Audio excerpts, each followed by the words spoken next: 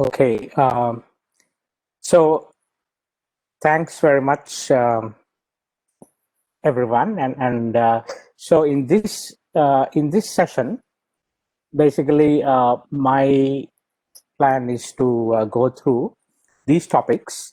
I mean, so far, if you consider, since day one, we've been talking quite a lot on the DNS security aspects and DNS Sec and today even DOH and DOT and so on. But in this presentation, I want to give you some understanding about the internationalized domain names, because especially when we have to now deal with the DNS related matters, we also have to understand the internationalized domain names and also the universal acceptance. I'll go through what do you mean by that, and then also actually because as you know, we also use domain names in the emails as well, right? Because there is a domain part in it. So if that has to get internationalized, then how we are going to deal it, right? So I'll run through this and then see how it goes.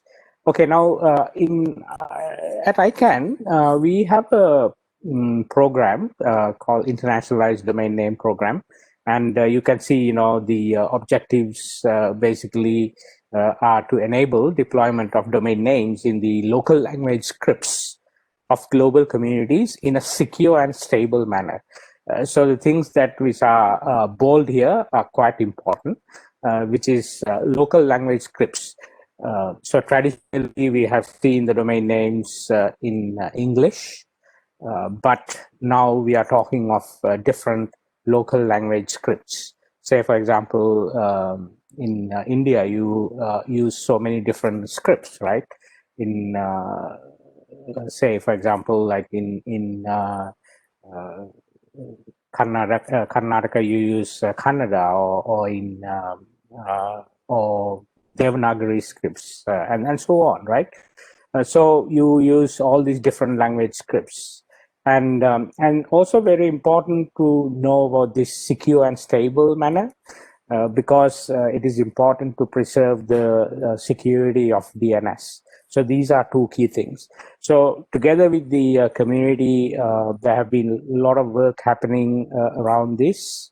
And probably you already know that Dr. Ascii Data, who is from Indian community, has been working on, he is actually chairing the Universal Acceptance Steering Group as well. So there has been a lot of work in relation to this, right? So I'll go through some understanding about this whole, topics related to this, and then so that this could create some awareness on this topic. Okay, now let us actually try to analyze first about the domain names, right? So we've been using ASCII domain names, especially in English, as I said. This is, I don't have to explain, how a domain name looks like, but these are some rules that are involved, especially when it comes to domains. So if you see the in ASCII, the top level domain part, so this in red color, what you see is the top level domain part. We can only use letters, right? So which means from A to Z. So we can only use letters from A to Z. But we cannot use you cannot use numerics or digits here in the top level domain, because if we use like digits in the top level domain part, then sometimes that could even be sort of understood as an IP address, for example, right? So in domain names for the TLD part, we don't use digits, right? And then also there is a limit of label length, which is 63. Now, when it comes to the second levels, which is this one, in this example, the cafe 123, we can use letters, Also, we can use digits. Also, we can use hyphen, right? We can use all these things. And then again, the label length is 63. So these, there are some constraints, of course, when you define a domain name in Ascii. Now, you also have to understand a bit of Ascii, because we have been using Ascii for even from a historical point of view. So this is just a sort of diagram of the Ascii table. Now here you can see that, of course, in Ascii you can use 127 characters total. I mean, these things include letters, digits, and even other symbols as well, as you can see in the whole table. But for domain names, as I explained to you earlier, we can only use letters, digits, and hyphens for the second levels, right? So those are the ones, actually, you can see that the green color ones, which is actually green outline. So those are the ones that we use for domain names in the second level for letters. And then these are the ones, the numbers, right, in the blue. And in red, we only use this hyphen. So that's for the second levels. Now, for top level, as I told you, we only use the letters, right? We don't use digits, or we don't use hyphens. Now, when it comes to the internationalized domain names, which means the local language scripts, so here, this example is actually shown in the script of Thai. So you can see the top level, which is shown in red, and then the second level, which is in black. So in the same way, the principles are same. Now to define, so you can also see that we use something called U labels, right? So U label means Unicode labels, basically, right? So based on Unicode. So I will also show you later, how does the Unicode code points looks like, and so on. So to represent this, basically, we have, in this case, because we have to go beyond the ASCII, right? Because this is a local language script, so we have to look into Unicode in this case, right? Now, so let's try to understand about the Unicode here. So in Unicode is used to encode glyphs into code points. So what do you mean by glyphs? Glyph means it's a symbol, basically, right? So if you are, for example, if you are having a keyboard in your own language, right? Own language script. So if you are having that keyboard, you might be having the keys based on those glyphs that you use, right? Different character sets, right? And then when we input that for the computer or the device to process, then we have to actually consider those code points, because ultimately this will be converted into a bit stream, right? So that is where these code points are involved. So definition, or basically, how these code points, in specifications, how they are being noted is with this notation, U plus, and then you will have the code point, right? So this is actually in hexadecimals, okay? So code points are typically carried out using a standard called UTF-8. So UTF stands for Unicode Transformation Format. So earlier I was talking about ASCII, right? So also I told you about the limitations of ASCII, because in ASCII we can only represent 127 glyphs, right? Different code points. But if you're going to have different languages and different scripts and so on, definitely 127 is not enough. So you have to have more code points for this. So we cannot really use ASCII. So that is why we use this transformation format, called Unicode transformation format. Even when you try to study a bit on UTF, there are even other formats like UTF-16, UTF-32, and so on.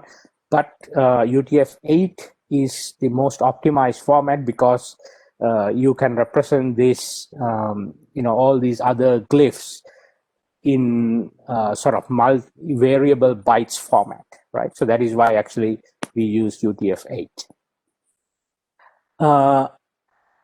So just to give an idea of the Unicode, different. So in this case, I think this is for Arabic scripts, right?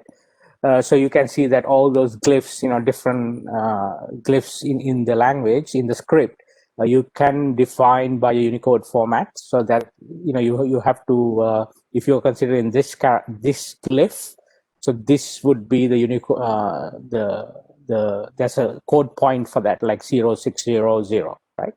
So like that way, you can define the code point for that particular glyph. Okay, so going a little bit, further explanation on this. But the thing is that sometimes, like especially when you type different keys and so on, to represent a certain glyph, you can actually have multiple key sequences.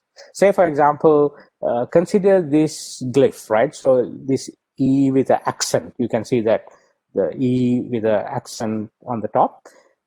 So based on our discussion before, the Unicode code point is this 00E8, right? 00E8 is the code point. So this is defined in hexadecimals. Now, but this E with the accent can be written with two key sequences, right? What are those key sequences? One is the accent part, and the other is the letter E, right? So you can have two key sequences to define this. So that means you'll have two code points. One is 02CB, and the other one is 0065. But then this is a problem, because if you are to define the same glyph using multiple code points, we have to make sure that it is we have to make sure it is uniquely represented, right? So for this process, there's something called normalization, right? So normalization is the process that is involved to make sure that we represent these multiple sequences of these code points or glyphs in a unique bit stream, right? So that's what we call normalization. Okay. So if, for example, if you're using some application, it could be a browser or it could be an email program or anything, it has to do this normalization before processing any Unicode-based characters, right? Okay. Now, case folding is another thing. Typically, in the when you deal with the internationalized domain names or say Unicode labels, case folding is not very stable. So it is actually not available automatically with a lot of applications. And also, actually, if you consider many of the language scripts, you really you don't have this case folding. I mean, in English you have that, right? Because you have simple letters and then you have capital letters in English. But if you consider, say, in India, you have a lot of other languages, you don't have this simple and capital type of difference, right? So in many languages, you don't have that. So this is not really a big issue, especially when it comes to internationalized domain names, because case folding is not applicable. But whatever the local language scripts where there is some case folding, this is not automatic, right? Okay, going further, so we have to make sure that when it comes to DNS, Now, DNS, the protocol level, all these queries, DNS responses, all these things happen based on the ASCII characters, right? So DNS understands ASCII. So if we are going to define any non-ASCII characters, any label related to non-ASCII, that means we have to first convert that into an ASCII form so that DNS can understand that. So let's take this example. So in this case, this is a domain name. In a domain name, of course, some parts can be based on non-ASCII, but some parts can be ASCII. That is also possible. So if you consider this example domain, the second level has got Unicode characters, right? This A with this A symbol, this is a local language script. So which means this is what we call a U label or Unicode label. Whereas the TLD part, which is in this case CA, and that is a ASCII label, right? So you can have some labels in ASCII and some labels in Unicode. So which means we call those as A labels, ASCII labels as A labels, and Unicode labels as U labels. Can have combinations of that. But as I told you, this part, this Unicode part, the U label part, this need to be converted into an ASCII label, right? So this is how this conversion is. So this gets converted to this, and then there is actually there are proper documentation in terms of defining this. So if we have to identify that as an IDN version, we will add XN hyphen in the front. So if you are speaking of an IDN label, you will always see this XN hyphen in the front, right, to that ASCII label. That's the ultimate part, which is actually going to be dealt with the DNS, right? So this example with the accent or the U label will get then converted into XN hyphen EXNPLE hyphen XDA. So that will be that is the part that is handled for the DNS resolution purposes. Okay, so if say for example, if you enter this in a browser, right? So in a browser, you can enter HTTP example.ca like this. So first of all, the browser or the application has to do that normalization that I told you earlier, right? Because if there are some multiple code points are involved, those things has to be normalized. I think I hear some noise. Maybe you might want to mute.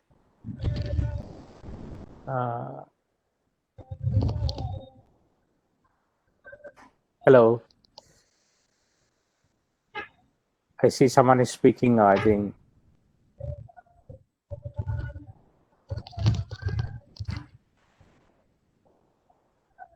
Anup, you might want to mute. You don't have the control.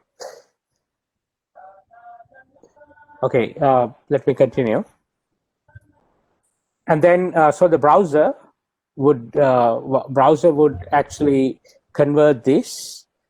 So this becomes, so the domain name becomes this one, right?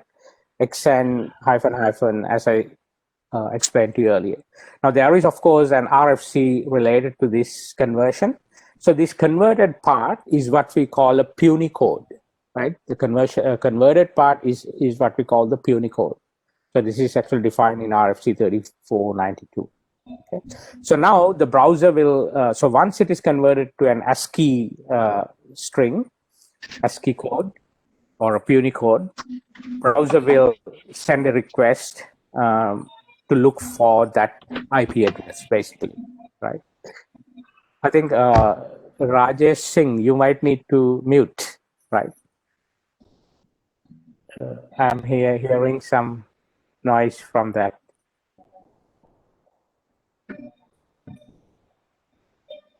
Mr. Rajesh Singh, please mute your microphone.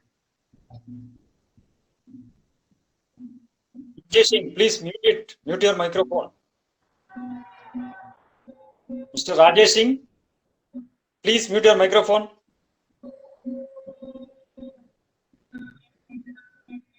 Oh, is it possible for you I to think mute it, Dr. yes, Baldini? he has done. He has done.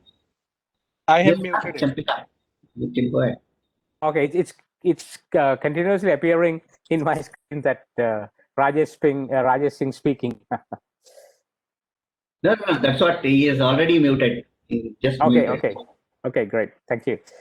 Yeah, so I was just explaining about the DNS request, right? So when you type this example.ca in the ulabel in the browser, so browser will do this conversion to the puny code and then send a request for the IP address. So that's how the DNS query gets initiated. So the bottom line is that we have to do the DNS queries based on that ASCII label. So even if you represent that in the U label, ultimately the DNS query ASCII label, or what we call the A label, right? Now, there is a protocol for whole of these. So especially like if you are application developer and so on, you should be referring to this. This standard is called IDN, Internationalized Domain Names for Applications, IDNA. The earlier version came in 2003, so that is being referred as the IDNA 2003 standard. Later, there was another updated standard, which is IDNA 2008 standard. So that is the one which is used now. So in case if you are using this standard for any of your development work and so on, you should be referring to IDNA 2008 standard, right? So just make sure that, right? So that's the one, IDNA 2008 standard. So especially like if you're going to use some IDNA libraries and so on, you should be referring to IDNA 2008. Okay, I've explained you about the U label and then the A label. Okay, now from security point of view, earlier also I told you that, you know, it is a very important thing that we should consider the security and stability of the DNS, right? So this can lead, this whole, you know, representation using IDN, you know, homoglyphs can create some security issue. You can see this, right? So in this slide, say if you consider this google.com versus this representation google.com. In this first one, the G, if you consider the U label or the code point for this G is 0067. That's the code point in Latin, basic Latin. Whereas in the second one, the G, the code point is 0261, right? So that's a different code point. So using two different code points, but for the user, it looks pretty much same, right? Especially, you know, when you use different type of fonts and so on, it can look quite similar, look and feel to the user, especially like if you type this in a browser or even in a mobile phone where the screen is very small, you may not really be able to identify this. So this is why also actually we have to really consider this aspect in a, you know, there has to be a lot of processes, especially in terms of handling these issues. So going further, you know, there are lots of, these are called IDN-based attacks, right? You can see there are even domain names. So in this case, the real site is this. There could, you know, this is the homographs, the corresponding one, right? You can see that, you know, in each of these, there's a certain character that is not really using the standard, you know, Latin-based characters. and then, but the actual puny code is this. So even though user might think that they are going to this website, right? Ultimately, they can be taken to this website, which is totally different, right? Because from DNS perspective, this is a different ASCII or different A label, right? So the IP address is totally different, right? It could be hosted in a different place. So that's why we need to be careful. But of course, there are certain, especially when these labels are being generated, some of these rules, especially if you are defining certain language-based rules for a certain language, these things are also being considered, especially if we are going to delegate certain domain for a certain language scripts. If there are some confusing sort of domains, we have to reserve those. So we have to sort of, basically, block those, right? So these things should be taken into the consideration even when we define the rule sets in terms of those labels. But also still, these things can be possible, just like what I showed you. And this is also why things like DNS Sec is important. Yesterday, we discussed about DNS Sec. So if there is DNS Sec deployed, then these kind of things can be identified, because you're not going to the right place, you're going to a wrong place. So there are again, there are so many variations. If you consider, say any of these examples, there can be so many variations of IDN homographs. So any of these can be created in accordingly, right? So there are IDN-based abuses that we need to be aware of. Yeah. So now, even in a string, sometimes it is possible to mix, especially now in the top level domains, in the TLDs, mixing of scripts is not allowed, right? So when we delegate from the root level, when we delegate certain scripts to say to a registry or for a registry operator, TLD, we cannot basically mix different scripts. It should, if it is in certain script, it has to be in that certain script. But when it goes to the second level, it could be still possible, right, in the second level registrations. So that is why this need to be considered at the second level, especially. Okay, now, so you understood this context, right? Now, let's go to a little bit of discussions on the universal acceptance. So earlier I was talking about IDNs.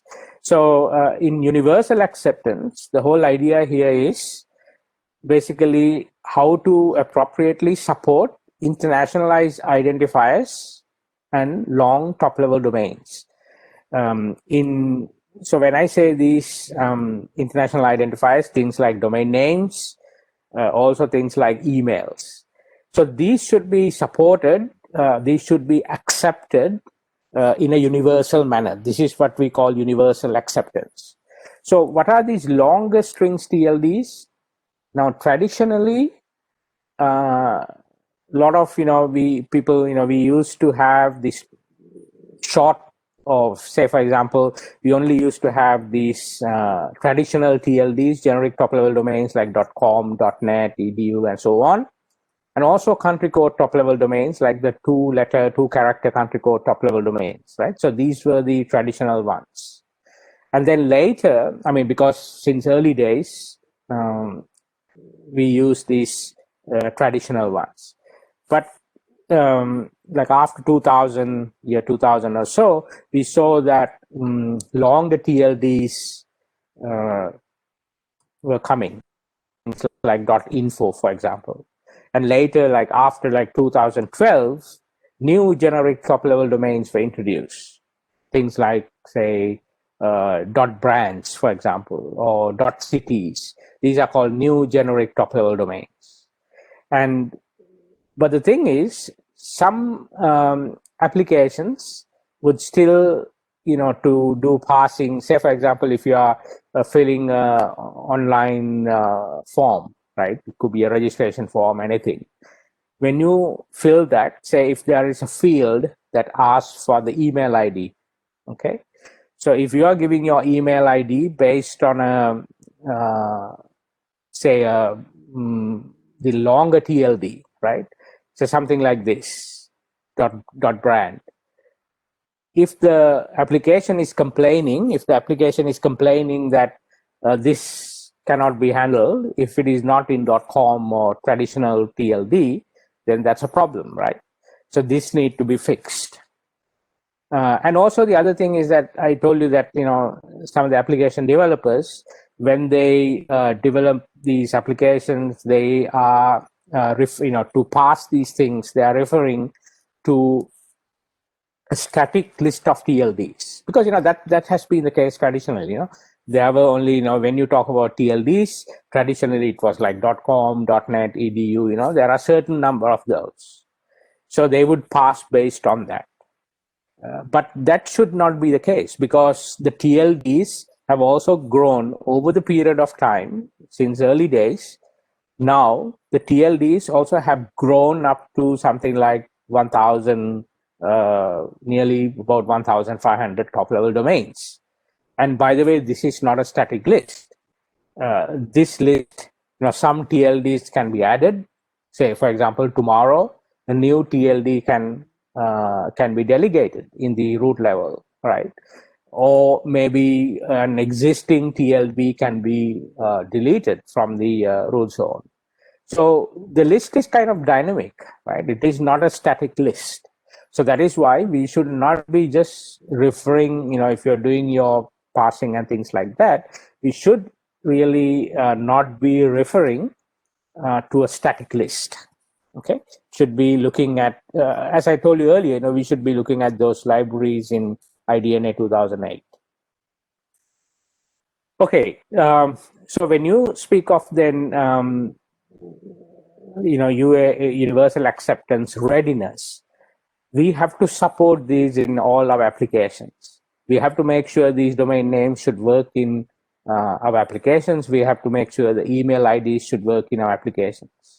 That means when it comes to domain names, we know that the domain names also can be in different formats, like the new top level domains. It may be look like this, right? Example.sky. So in this case, this is a short TLD. It is only 3 characters, because traditional ones are like 3 character ones, .com, .net, edu, and so on. These are all 3 character ones. But this is a new top level domain, because this is not a historical one. This was introduced after 2012, right? And then you will see some longer top level domains like this. So this is more than 3 characters, and also introduced recently. Okay. And then you will have internationalized domain names, just like I mentioned you earlier.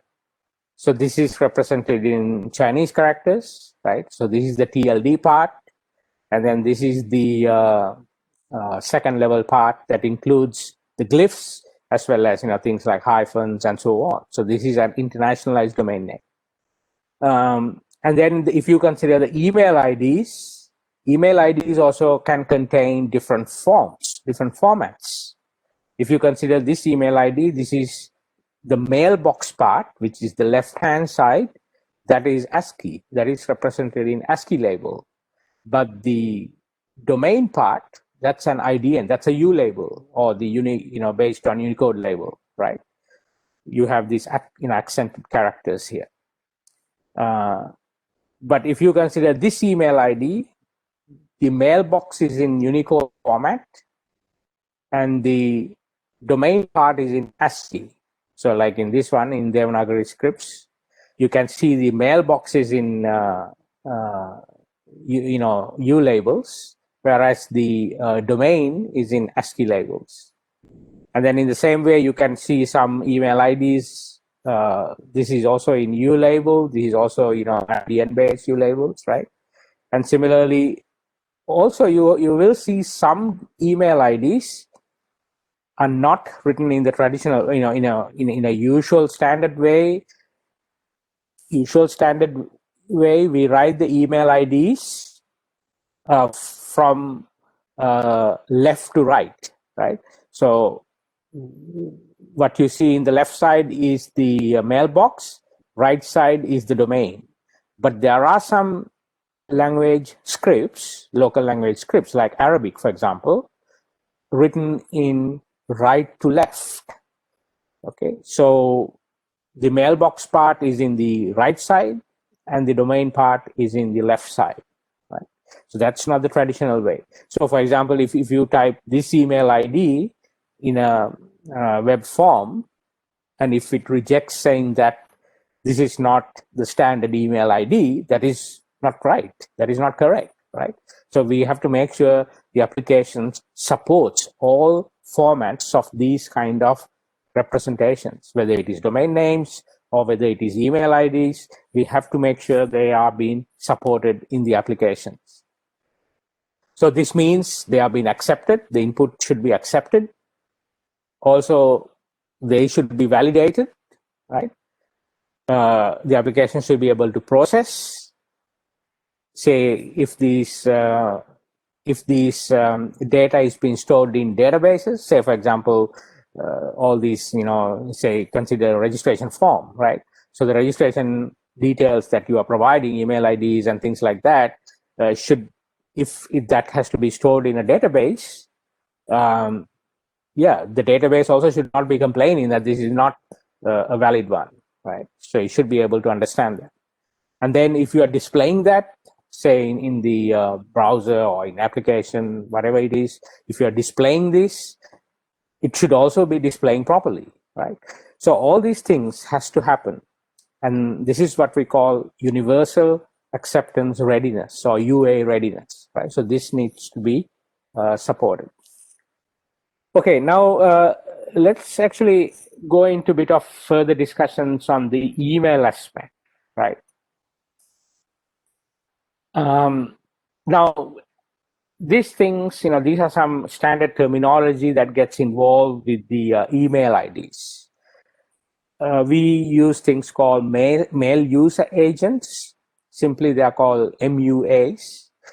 So these are typically, the software that we have in client side, right? So sometimes you'll have your client email applications, or some users even they use web-based email clients as well. So this is pretty much, the MUAs, that the software that runs in the client. And then you have MTAs, or we call those as mail transfer agents, right? These are the, these are basically the piece that transfers the email behalf of the user from one server to another server, right? So they are basically, we call those as mail servers, right? They're called MTAs. Then we also have this terminology called MSAs, or mail submission agents. Now, typically, this is the one actually that submits the mail to an MTA, okay? But generally, it picks from the MUA and submits it to an MTA. But generally, this part is already built into MTAs generally, okay? And then also we have MDAs, which is mail delivery agents. So this is the part that, this is the piece that delivers the email to the client, or basically the MUA in the receiving end. Again, this is also generally built into the MTA in the delivery side. Okay, so these are some definitions or terminologies in terms of terms. We will use some of these terms later on. Now, in the DNS, you all know that when you are sending an email, these are like typical DNS stuff, right? When you are sending an email, say, if you're sending the email to a user at example.com, in the DNS, we have to define what are the MX records, because through MX records, we define the mail servers. So MX records would look like this for a certain domain, for a certain zone. You define the MX records, and then you define mail servers. So in this case, server1.example.com, server 2 example.com, server 3.example.com, and so on. But then there are some priorities that you can define. And so this parameter, which is 10, 10, 20, so these are priorities. Lower the value is higher the priority. So in this case, of course, this server 1 is preferred over server 3. Okay, so you would define this in your DNS, right? So based on this, based on these MX records, we know that to which server this email should be delivered to, and then accordingly it will be delivered, right? So if you consider the email delivery path, it would look something like this, right? So you have the sender, then you have the MUA or the mail user client, and then you have mail servers. Now there can be multiple mail servers in between, right? Depending on things like mail relays and so on, there can be multiple mail servers in the middle, and then it is being delivered to the client. So MUA again, this is the client in the end. Now we have to use certain protocols to do these things, right? To deliver the mails. So we use this protocol SMTP. We know that SMTP is a protocol that that is being used between the mail servers. And to fetch the emails, the clients, or in terms of the mail delivery side, you also use these protocols POP and IMAP. So the receiver will get these emails from the mail server using these protocols. Okay. So each user of an email, communication, generally, like as I also mentioned to you earlier, sometimes some client, they can use applications like mail clients, different mail clients, or some users, they could be using web-based applications as well, which might use different protocols also, right? But in generally, of course, like when it comes to the email delivery, the sender does not know the receiver's email environment, right? So when you are sending an email, right, the sender would know exactly how the situation in the end, using the receiver side, what sort of protocols they're using, or what sort of MUA software they're using, things like these, and also what kind of path the mail delivery going to take. These things is totally unknown to the sender, right?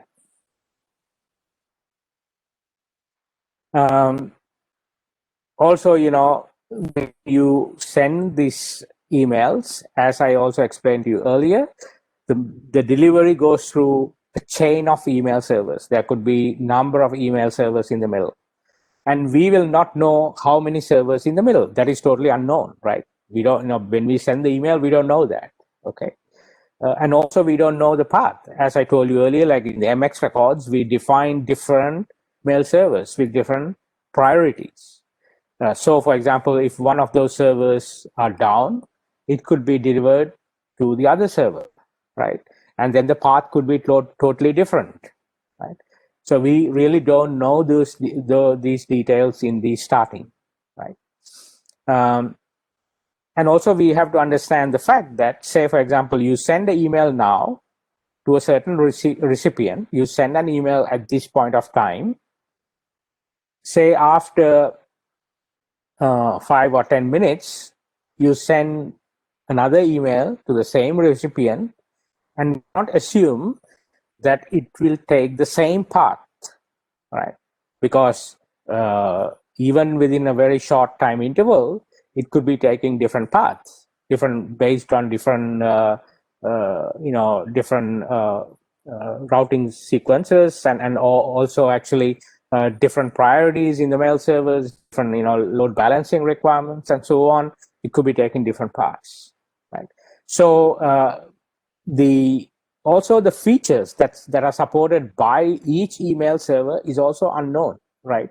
To the sender. We don't know what's happening in the path, because some servers could be supporting certain standards, certain protocols, and some servers in the path could be supporting different protocols and so on. So we don't know that, right?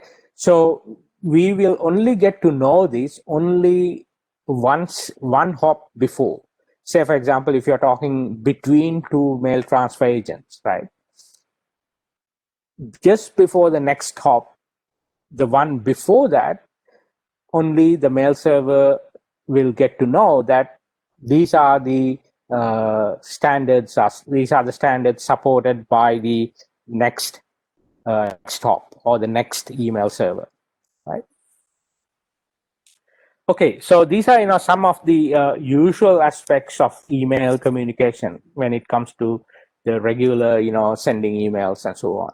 Now let's try to work it out. Like, let's try to get into what sort of situations then we'll have to consider when it comes to internationalized email addresses, right? So earlier I was telling you generally when you send emails, right? So now if you consider the internationalized emails, as we discussed, the mailbox, this is the sort of the usual form of a EAI. Simply we call those as EAI, right? So whenever you see the left side is in U label or Unicode label, we call that as an EAI, internationalized email address internationalization, or internationalized email address, right? And we discussed that it's already it should be supporting UTF-8 and so on, right? So the mail headers, this is something that we will need to consider, because when you send the emails, all those, remember we discussed about certain protocols. So depending on those protocols, there are certain signalings, flags. So all those are in the mail headers, right? And these mail headers should support based on EAI, right? Based on the email address internationalization, the mail headers also has to have certain standards, certain flags, so that the mail servers can understand that.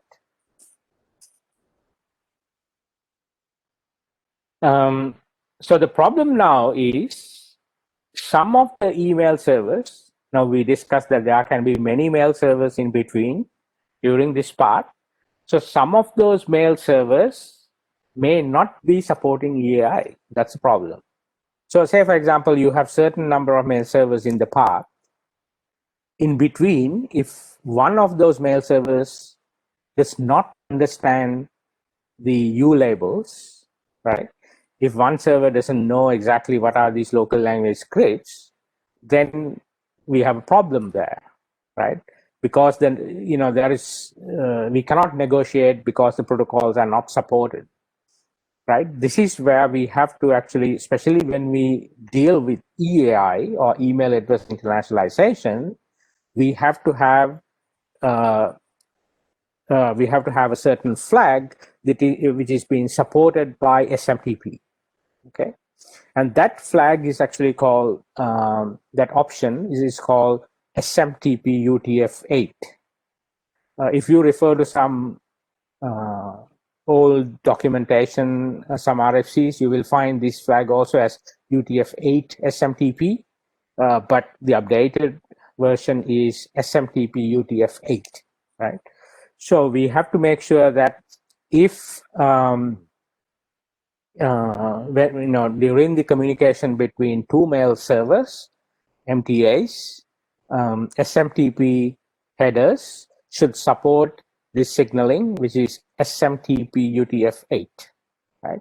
If it doesn't support that, then that means the receiving mail server will not be able to understand those U-label scripts.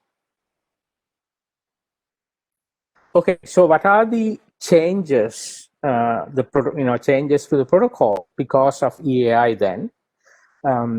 SMTP has to support EAI. That's the basic principle, right? We have to make sure SMTP is augmented to support EAI.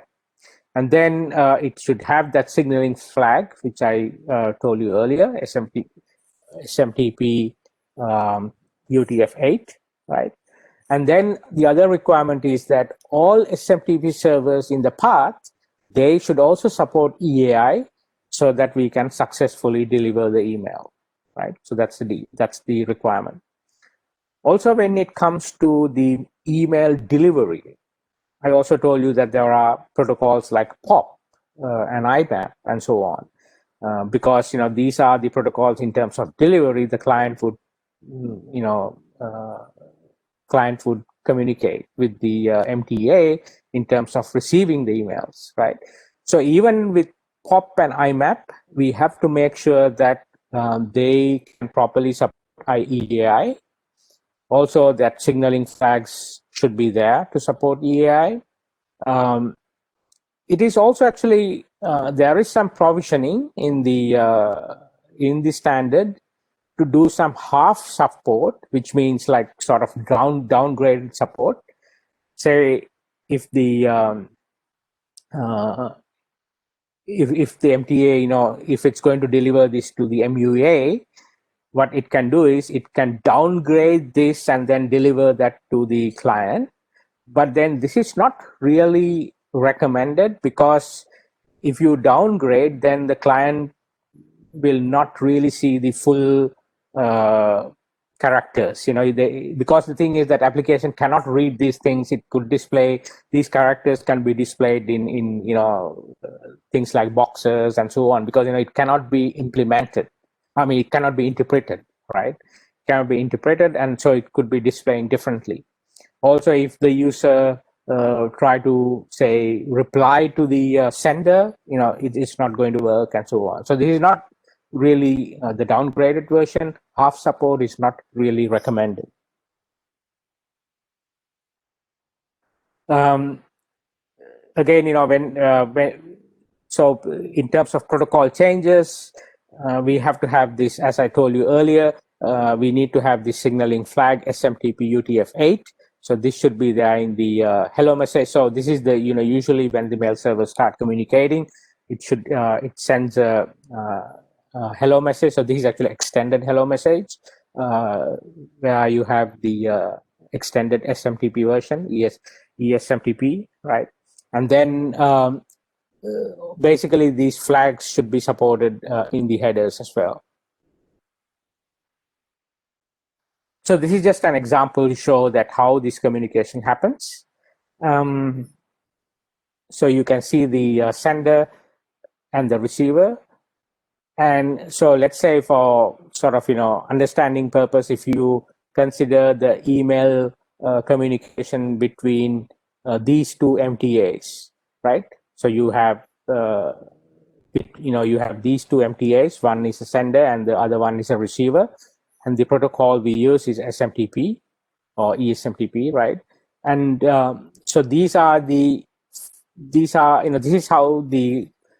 communication happen between the two MTAs. Basically, the sender will connect first, and then receiver has to acknowledge that, right? So there will be a certain code acknowledging that, and then the sender will send the hello message with the sender's domain, and then the receiver has to acknowledge what sort of standards that it can support.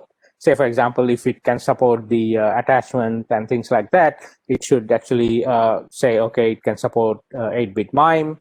And then in the same way, in the same response codes, you should also, a receiver should also send this SMTP UTF-8 flag, okay? So that the sender knows that receiver understands SMTP UTF-8, which means the UTF-based or the Unicode-based characters, right? So once it is known to the sender, then the sender can start sending the mail headers or the say basically the email ID in this case with the U label right? The EAI email ID, and then it can start sending the data. Okay. So this is the usual process when it comes to the email communication. And also, as I told you earlier, in terms of mail delivery, in the same way with the POP and IMAP, we have to make sure, depending on the mail software that you are using, you have to enable SMTP UTF-8. Okay. All right, and now another delivery path consideration is, you can see that in this case, when this email is being delivered from one place to another place, there are many email, it goes through many email servers, it goes to many parties, right? So the main requirement for EAI is all those parties, all those email parties who are involved in this delivery path, they have to support EAI, right? So even if one of them do not support EAI, then the email will not be able to deliver. So this is also why very important, especially like in DNS, when you are defining MX records, right? In the DNS, when you are defining the MX records, we have to make sure that if we are defining, say, multiple mail servers, they all can support EAI. Because if you define, say, some mail servers that can support EAI and some mail servers that cannot support EAI, then that's a problem, because then sometimes the email might get delivered, sometimes the email might not be delivered, right? So that is, so either you should make sure that either all of those mail servers can support EAI, or either all of those email servers maybe cannot support EAI. Don't sort of mix it. So what happens when one email server in the path does not support EAI? As I said before, it cannot send it. Then it will basically drop the email, but it should send basically a report, error report, to the sender that the email could not be delivered. So this is just like in the usual emails. If the say, for example, if you type the email ID incorrectly, the email ID, if you type that incorrectly, then the email cannot be delivered. So sender gets a error report that the email cannot be delivered, right? So in the same way, if this server cannot support EAI, and then the one before that will not be able to deliver it, so it will drop the email and then send an error report back to the sender. Okay, that the email cannot be delivered. So this should be the way. Yeah, I think I've already explained this part. Sometimes, some client softwares, of course, do half support. Like that is like try to be nice, but it's not really recommended to do half support or downgraded email, downgraded version, because if you do that, then that can end up with issues. As I told you earlier, like, it may not display the characters properly, or, cannot be able to reply and things like that. Case folding is not automatically supported by these applications, like the software application, email software applications, because earlier also I told you that in some local language scripts, this case folding is not there actually, right? In English, of course, it's there. When you think about a normal email ID, say in this case, say peter@example.com versus Peter in big letters at example.com, automatically it is being delivered to the same mailbox. But it is not the case if you have some accented letters here. If this E letter is a Unicode-based, accented letter, then it is not recognized automatically, right? So it will not be supported by the EAI ready software. Okay, so this need to be considered. Now, in terms of spam, sometimes, even though even though we say, for example, all the path, all those servers, we still support EAI.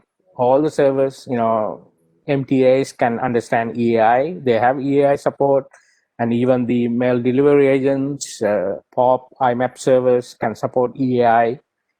But still, sometimes the email may not be able to get delivered because of spam filters and spam filtering software, because some of the spam softwares might still consider this as a spam. So this is again, this has to be, of course, improved among the developers of spam filters and so on. So in case if there are some participants who are involved here, who are developers of spam filters and so on, might also needs to consider this aspect, because sometimes some spam software, as soon as they recognize this is not an ASCII based character, it could actually consider it as a spam, right? But we should still have all those SPF records and DKIM and DMARC and so on. So those things are standard stuff that we should still follow, even with EAI or not. We should still follow all that. Okay. And also, one of the limitations we find is that some software, some services, some mail server softwares or clients, they really don't support EAI.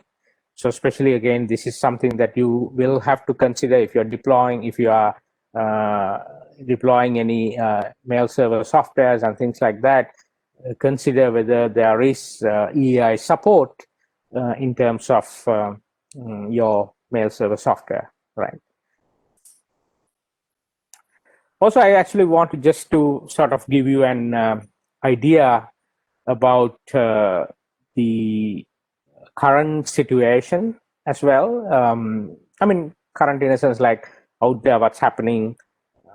Because at the moment, you can see,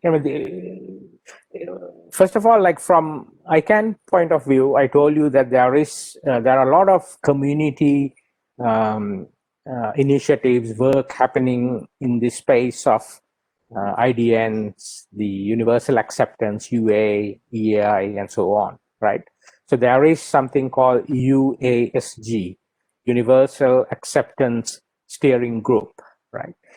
And for example, if anyone here who is interested in this work, who is actually who is doing some work already, you are highly encouraged to actually even join with this UASG and even contribute to that UASG work as well. Okay, so this is totally community. It's a community effort. ICANN is facilitating this, and then there are a lot of volunteers in this space. So, so we have done some sort of surveys to understand how is this basically support for or the UA readiness, and then the email address supports in the global websites and so on. So they have considered about 1,000, I think about top 1,000 websites in the world, and try to provide EAI-based email addresses and see how these, whether these websites can accept these or validate, process these email IDs. Basically, their readiness of UA. And when you see that, obviously, all these different strings have been tried, right? These are some example strings, right? I'm showing you. Most of the websites, I mean, these are different based on the years, right? 2017 to about 2020. Always we can see there is improvement every year. Like, since 2017, you can see that percentage has increased, which means it's good that slowly many organizations are basically making sure that they are UA ready, implementing, the UA or EAI support. So if you consider ASCII mailbox versus ASCII domain, second level domain, plus the top level is new short, this, I mean, we know that, of course, in normal historical one, 100% support is there. But when it comes to new short, you don't see 100%, right? If you consider like 2020 stats, almost like close to about 100%, 90 something, but still that has to be improved. But when it happens with new long TLDs, it is less. It's like 80% something. Okay, new long TLDs. When it is like in this form, ASCII mailbox, in this case, its second level is Chinese versus ASCII TLD, even goes further down, like less than even 50%. Okay, given that even Chinese is even widely used, right? There are a lot of Chinese domains, quite a lot, and then when you have even U label based mailboxes or EAI type, it's even further less, right? And then when you go to these sort of categories where fully even the mailbox and the domain part is all in U labels, or even if you consider like Arabic where you write from right to left, the support is very, very less, like even less than 10%. So this is something to consider, right? Because I'm sure that even in your organizations, some applications you have may not be supporting this. So this can create some loss for you as well. Say, for example, if you are having, because nowadays we are talking about when you think of the global aspect, you could be having clients all over the world, right? Not only in India, but also in other countries in the world, you could be having clients. So if those clients cannot deal with your application, then that's a problem. You're losing clients over there. You're losing customers, right? So this is why it's important for you to make sure that your applications can support these emails and the domains. Some further study which is done in terms of domains, mail server support for EAI, because I told you that we write MX records in the DNS. So even in MX records, mail server support is also actually pretty less, under 10% or so. So that also need to be considered as well. So if you're running some mail servers, if you're operating mail servers in your network, make sure that they can also support EAI. Yeah, I think this is actually also I want to refer you to these sort of websites, especially the usg.tech, and then we also have the IDN program at ICANN. If you go to usg.tech, there are lots of resources, a lot of white papers, a lot of resources, a lot of content available for you to understand about this whole issue. And also, especially if you are involved in development, there are lots of documentation that are relevant to this whole area, right? So I would highly recommend that you visit these websites and also go through more details about the content. Okay, I hope this has given some understanding about the IDNs and also the context of universal acceptance readiness, and also the EAI, the email address internationalization, what you need to do in terms of EAI, support and so on. So if you have any questions, we can take now, or otherwise I will hand over to Dr. Balaji.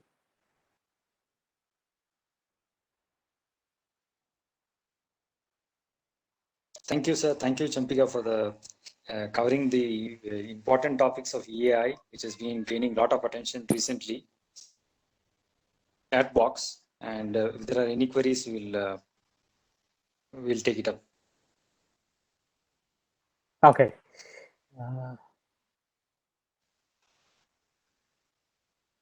So there is one generic question.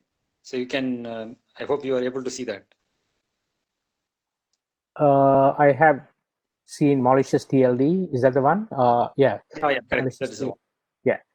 Seen malicious TLD in the link. Okay. Why these TLDs are not?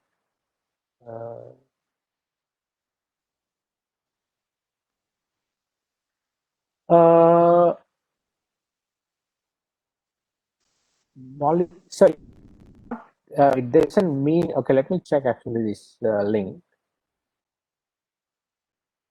Not It is a site where you can find the consider malicious.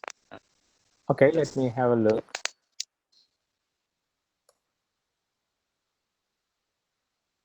Actually, it's giving me file not found.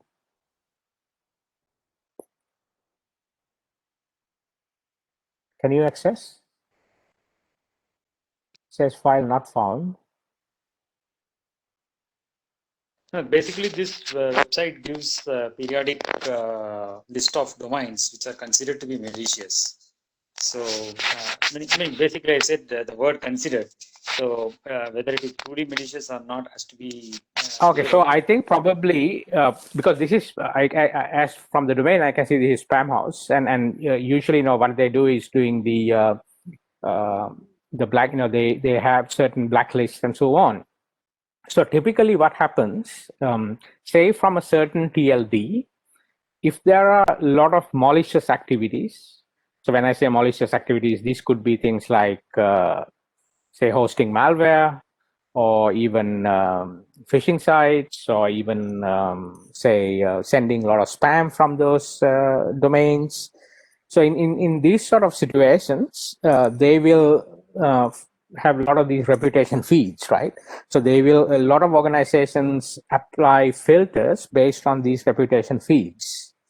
So so many of these filters will consider, because there are a lot of spam or a lot of malware in these TLDs, they will consider these TLDs as sort of kind of prone to be malicious, right? It doesn't mean that all the domains inside that are malicious, but you will find more malicious sites or domains within that domain. So that is the reason behind it. So that's why, in fact, actually, when I was going through that DNS abuse thing, I went through in details exactly how we even report those kind of abuses to the community with that DAR project, where the TLDs have like all the generic TLDs. We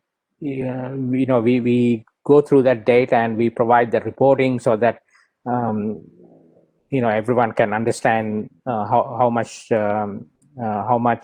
badness is in there in those TLDs. And so, I mean, not specifically in TLDs, but this is a generic report for the community, but the TLD itself who is participating, they get a report that how much of malicious in their domain so that they can fix it. But the thing is that, again, for projects like that, we can work with the generic top level domains because ICANN has got contracts, they are contracted parties. But when you consider some country code top level domains, like specific countries, it is not a must, right? So it's more of a voluntary thing because ICANN does not have contracts with country code top level domains. So, but we would highly encourage the CCTLDs.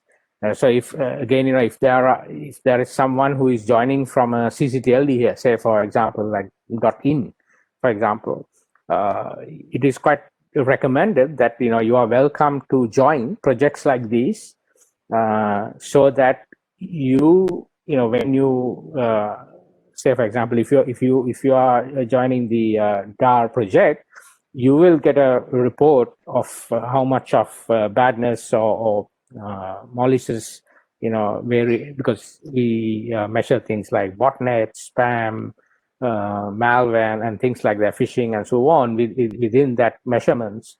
So you will get understanding of how much of badness which is happening in your ccTLD, so that accordingly you can take actions either to remove those domains or take actions against those. So again, to answer, I mean, this is kind of a long explanation for the whole context, but to answer your question, even though I don't see this exact list here, this doesn't mean that the whole TLD is malicious. It is that some domains within this is malicious, so that they go into a blacklist. That's why. Hope that clarifies. Yeah. So thank you, Champika, for spending us a lot of time. And I think still there is a query, I think. Yes, I don't see any other question. Is there another question? Sudhanshu Mittal, sir, you want to say something?